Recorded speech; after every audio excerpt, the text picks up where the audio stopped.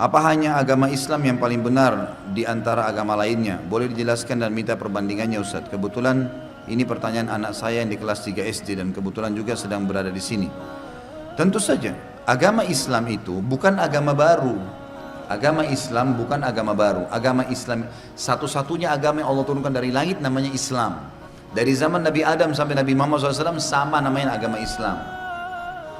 Agama Islam ini yang dibawa oleh para nabi-nabi isinya adalah beriman kepada Allah dan beriman kepada semua yang Allah suruh imani termasuk nabi-nabi dan rasul.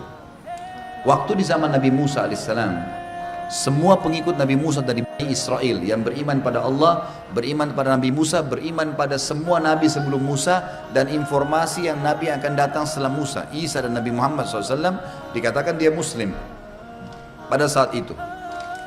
Setelah datang Nabi Isa alaihissalam di lokasi dakwah yang sama, dan ini pernah saya jelaskan di Minhajul Muslim pada saat kita bahas masalah iman kepada Rasul-Rasul. Waktu Nabi Isa alaihissalam datang, maka semua dari Bani Israel wajib beriman pada Isa. Kalau mereka tidak mau, seperti kasus orang Yahudi. Orang Yahudi ini divonis oleh orang Nasrani kafir. Kenapa? Karena mereka mengaku beriman sama Allah tapi masih menolak Rasul yang datang setelah Musa. Sementara nggak bisa, harus beriman kepada semuanya, tidak terkecuali.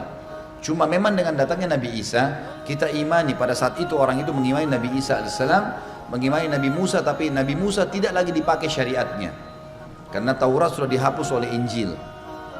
Semua pengikut Nabi Isa pada saat itu yang beriman pada Allah, beriman pada semua nabi-nabi yang disampaikan oleh Nabi Isa dan sebelumnya, dan juga datang setelahnya Nabi Muhammad SAW, dijelaskan dalam surah Shad, ya, dalam surah Safat kalau tidak salah, ya, yang menjelaskan Nabi Isa mengatakan, A'udzubillahi minasyaitonirrajim wa idz qala Isa ibn Maryam ya bani Israil inni rasulullah ilaikum musaddiqan lima baina yadayya minat taurati wa mubasysyiran bi rasulin ya'ti min ba'di ismuhu Ahmad al-ayat.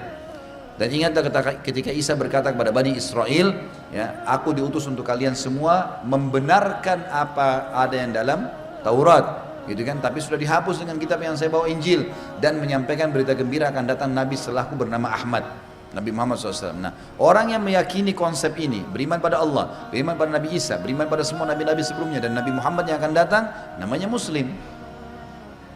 Umat Islam sekarang yang datang, kenapa gelar Islam hanya diberikan kepada kita? Kenapa yang mengaku pengikut Nabi Musa dikatakan Yahudi? Kenapa pengikut Nabi Isa dikatakan Nasrani, tidak dikatakan Islam lagi? Karena setelah datangnya Nabi Muhammad SAW, bentuk keimanan yang bisa dapat status Islam mengimani Allah dan mengimani semua nabi-nabi dan rasul, tidak boleh dibedain, termasuk Nabi Muhammad SAW dikatakan Muslim. Itulah gelar Islam kita dapatkan, dan Islam ini tidak ada bedanya antara orang bule, orang Afrika, orang Arab, orang Melayu, selama dia iman kepada Allah, iman kepada semua nabi-nabi dan rasul. Kalau ada di antara kita yang mengatakan Isa bukan nabi, kafir, Musa bukan nabi, kafir. Kita harus yakini mereka sebagai nabi. Kita harus yakin pernah turun kitab namanya Taurat dan Injil, tapi hukum-hukum tidak lagi diterapkan karena sudah ada Rasul yang datang terakhir. Ini sebabnya kenapa kita diberikan predikat Muslim, dan mereka sudah tidak lagi karena ada nabi yang ditolak oleh mereka.